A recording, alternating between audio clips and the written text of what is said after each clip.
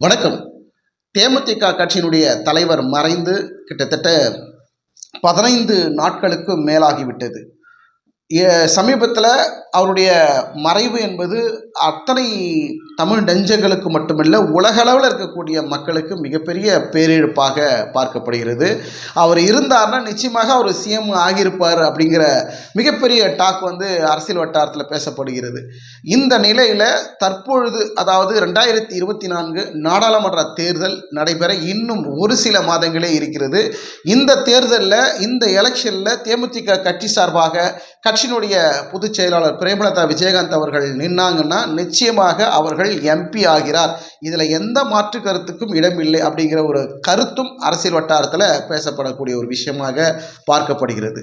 ஒரு பக்கம் திமுக, இன்னொரு பக்கம் அதிமுக, இன்னொரு பக்கம் பாஜக, இந்த 3 கட்சிகளும் தேமுதிகவை தன் பக்கம் கொண்டு வரணும், தன் கூட்டணியில் இணைத்து கொண்டு அரசியலில் இந்த தேர்தலை நம்ம சந்திக்கணும் அப்படிங்கிற 3 வியூகங்களை வகுத்து திமுக, அதிமுக, பாஜக இந்த 3 கட்சிகளும் தேமுதிகவை தன் பக்கம் கொண்டு வரணும் அப்படிங்கிற பெரிய மும்முரமான பேச்சுவார்த்தையில் களத்தில் இறங்கியிருக்கிறாங்க.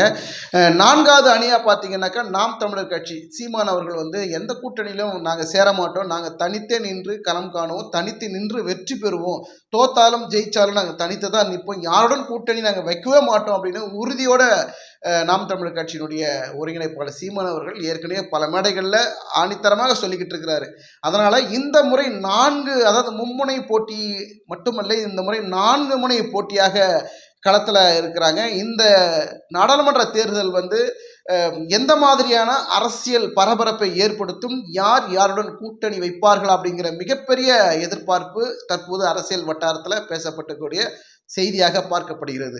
அதிமுக, திமுக, பாஜக, நாம் தமிழர் கட்சி 4 முனை போட்டியாக, இந்த 4 முனை போட்டியில் இந்த 3 அணிகள், அதாவது திமுக, அதிமுக, பாஜக, இந்த 3 கட்சிகளில் தேமுதிக கட்சி எந்த பக்கம் போகும், யார் பக்கம் நின்று அரசியலில் களம் காணுவார்கள், தேமுதிக கட்சியினுடைய பொதுச் செயலாளர் பிரேமலதா விஜயகாந்த் அவர்கள் எந்த மாதிரியான முடிவை எடுப்பார்கள் என்று பார்த்தோமானால், ஒரு சின்ன சர்வே என்ன சொல்லுது அப்படின்னா, தேமுதிக கட்சியினுடைய பொதுச் செயலாளர் பிரேமலதா விஜயகாந்த் அவர்கள் அதிகபட்சமாக பாஜகவில் கூட்டணிக்கு செல்வதற்கு அதிகபட்சமான வாய்ப்புகள் இருப்பதாக சொல்லப்படுகிறது.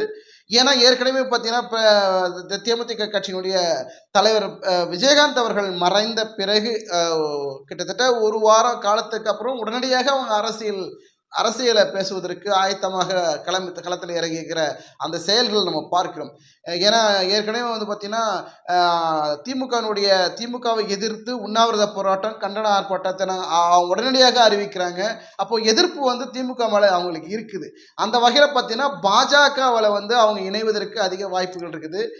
அதிமுகவும் ஒரு பக்கம் எடப்பாடி பழனிசாமியும் தேமுதிக கட்சியினுடைய பிரேமலதா விஜயகாந்த் அவர்களை தன் பக்கம் கொண்டு வரணும், நமக்கு இந்த நேரத்தில் பாஜக வெளியே வந்திருக்கிறோம், இந்த நேரத்தில் நமக்கு ஒரு பெரிய ஆதரவாக இருக்கும், அதே நேரத்தில் ஒரு கூட்டணி பலம் நம்ம கொண்டு வரலாம் அப்படிங்கிறதுனால எடப்பாடி பழனிசாமி அதிமுக சார்பாக அந்த ஒரு பேச்சுவார்த்தையும் நடக்குது.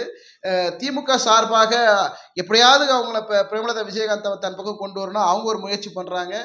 பாஜக அவங்க ஒரு முயற்சி ஏற்கனவே பலமாக போட்டு விட்டதனால், அவங்க ஏற்கனவே திருச்சிக்கு பாரத பிரதமர் மோடி அவர்கள் திருச்சிக்கு ஒரு விழாவுக்கு வந்தபோது பார்த்தீங்கன்னா, அவங்க தேமுதிக கட்சியினுடைய தலைவர் விஜயகாந்த் அவர்களை பல்வேறு கோணத்தில் பாராட்டி பேசியிருப்பார். ஆனால் அவங்களுடைய காய் நகரத்தில் அரசியல் நகர்வுகளெல்லாம் பார்த்தீங்கன்னா, பிரேமலதா விஜயகாந்தனுடைய நகர்வுகளெல்லாம் பார்த்தீங்கன்னாக்கா பாஜகவில் கூட்டணி வைப்பதற்கு ஆயத்தமாகி கொண்டிருக்கிறார் என்ற செய்தி பரவலாக பேசப்பட்டு வருகிறது. எது எப்படியோ அவர்கள் எந்த கட்சியில் நின்றாலும் அவர்கள் எம்பி ஆகுவது உறுதியாகப்பட்ட ஒரு சூழலாக பார்க்கப்படுகிறது.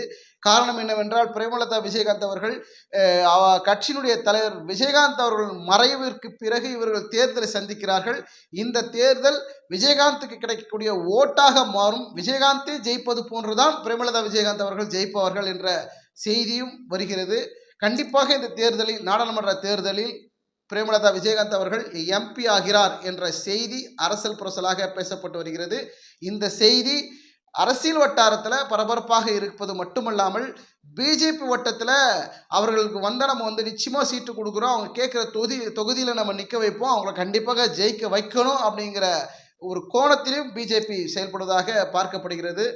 இந்த முறை நாடாளுமன்ற தேர்தலில் தேமுதிக கட்சி சார்பாக பிரேமலதா விஜயகாந்த் அவர்கள் நின்னாங்க அப்படின்னா நிச்சயமாக அவர்கள் எம்பி ஆகிறார். இந்த செய்தி தற்போது கிடைத்திருக்கக்கூடிய செய்தியாக பார்க்கப்படுகிறது. பார்க்கலாம். நன்றி, வணக்கம்.